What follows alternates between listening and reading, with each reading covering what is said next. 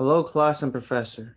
My project is on autism spectrum disorder and ADHD, which is attention deficit hyperactivity disorder. What is autism spectrum disorder? Autism is characterized by the persistent deficits in social interactions and communications in different areas of life. DSM diagnostic criteria. This certain criteria has to be caught in the early development period and impairment areas of life. These can include how they interact in a social setting and bring around people. Some people who have autism can sometimes be in their own world and block out everything around them. How someone lives with autism spectrum disorder. In some cases, there can be medications that help with irritability, attention problems, anxiety, and more. As they grow older, it can become more of a hassle due to not being able to handle them and needing 24/7 care. Another thing is actually being put into a home that can offer the necessary help and assistance. Who are typically affected with autism? People are normally affected in their early years of life around 18 to 24 months of age, but can possibly be up until the age of 2 years old. Parents can also be affected due to needing to provide care around the clock and make sure that they are getting the best help. This also means having the necessary doctors and specialists to help with any changes that might occur as they get older. Here is a video that I found that talks about a mom raising her two children with autism. There are many factors that are explained in the video and how she has to think about their future and how they will survive and live. Becoming a mother for the first time is a challenging life experience. Full of hope, promise, and excitement, Barbara Rivera recalls eagerly waiting for the birth of her son Kevin years ago.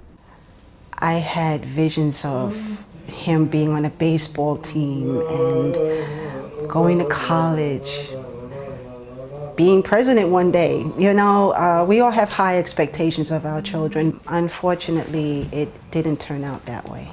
Kevin, known as Mookie to the family, was diagnosed with autism at age 2. Autism is considered a neurodevelopmental disorder, meaning that you don't acquire it, you develop it, you're born with it. Your brain, it's hardwired in a different way that your typical child affects basically two areas of your behavior and development. One is what is called like social affect, meaning what your social skills, quality, as well as interest. There's many of them that don't develop functional language, they're nonverbal. There's some that are poorly verbal, and the ones that can talk, there's something peculiar about it. Barbara is the mother of 3 children, Kevin, Jasmine, who is currently an honors student about to graduate from college, and her youngest, Tiffany. She was a year old and she wasn't speaking. She was constantly making the same kind of noises and sounds and gurgling sounds like Kevin was, and I got scared. So I took her to a neurologist and had her diagnosed. And he did all the diagnostics on her, and the test came back to say that she had autism.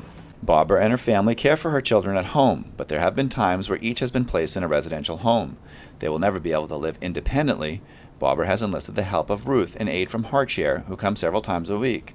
A typical day is anything but typical. My day starts at 5 o'clock in the morning, sometimes 2 o'clock because the kids don't sleep. They get up really early, and Kevin, as you can hear in the background, he makes noises. We call him Frank Sinatra because he starts making these sounds and stuff. I would give them showers, give them breakfast. In Kevin's instance, I have to make his lunch every morning.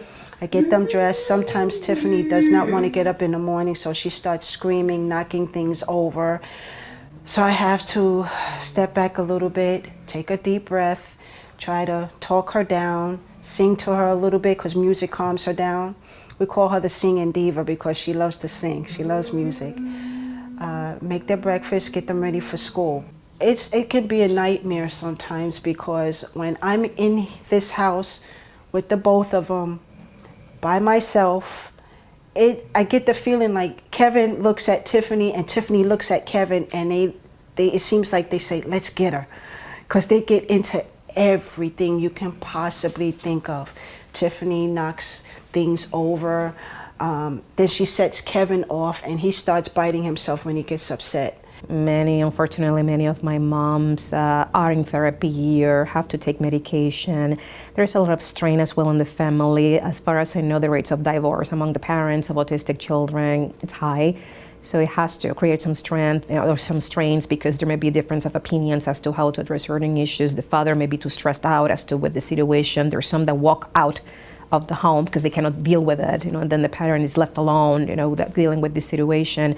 Very unfortunate cases in which the parents have gotten so overwhelmed they have tried to hurt their children. Unfortunately, it's in the press. There's like many cases that have come, to the public attention of that. But it is expected, that these parents are very overwhelmed, and of course, they're going to carry an emotional burden. With the children aging, something had to be done to ensure the safety and well-being at a time when their parents will not be around to care for them.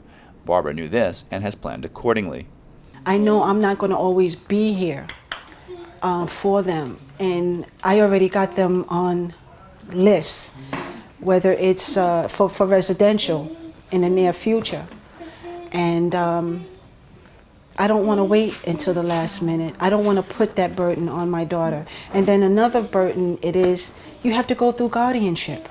My type of mentality is they're my biological children. Why do I have to go and get them, to get guardianship for someone who I brought into the world?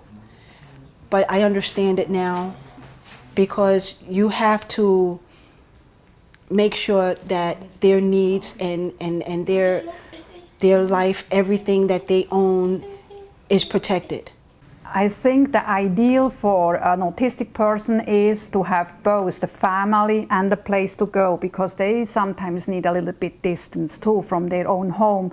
And the services they are offered, they get something, a different life experience, they get other people to see, they get go to places. I think it's very important that family would go and get services for the autistic, for their children. Him having his disability, it made me realize that you can't take life for granted. People start complaining about their children, oh, shut up, or you talk too much. I have to say, you have to back up and realize that what you have is a God's given gift. Do you know what I would give if my kids could talk too much, or they're loud, or they can constantly, mommy, mommy, mommy? I said, never tell your child to shut up, because one day you have to be careful what you wish for. They might just give you what you want, and then you're going to be in my shoes, and then you're going to be wishing, oh man, why did I say that? I just live life to the fullest and make sure my children are happy, which thank God they are, and like to think that I'm doing the right thing by them. They didn't come with instructions. I can only go by trial and error and learn from the errors. Still, there are moments when Barbara reflects on the joys of motherhood like any other mom does. She proudly displays a drawing from Tiffany. You cannot say that they don't understand what you're saying or understand what's going on around them. We cannot put a limit on what they are comprehending. I don't take my children's feelings and for granted. I mean, they do what they do, and they give you their best, and their best is what I'm able to accept, only on the grounds that they feel that this is what I can do, I can't do anymore. But that, just that little bit, just this, I'd rather have this, and this is true, I'd rather have this than win lotto, because this was made from the heart. Becoming a mother for the What can cause autism? The exact cause of autism is still unknown, but the genes of the parents play a huge role. Autism genes can be passed down from a parent to their child as a never-ending cycle. Since there is no hard evidence on how autism develops, there are a bunch of risk factors that can be a part of it. What is the best course of treatment for autism? The best course of treatment for autism is a halfway house who specializes with autism kids as well as intensive care and early treatment. Having early treatment can help the parents cope and adjust to how things will need to be done instead of getting upset and angry when the children doesn't listen and wants to do their own thing.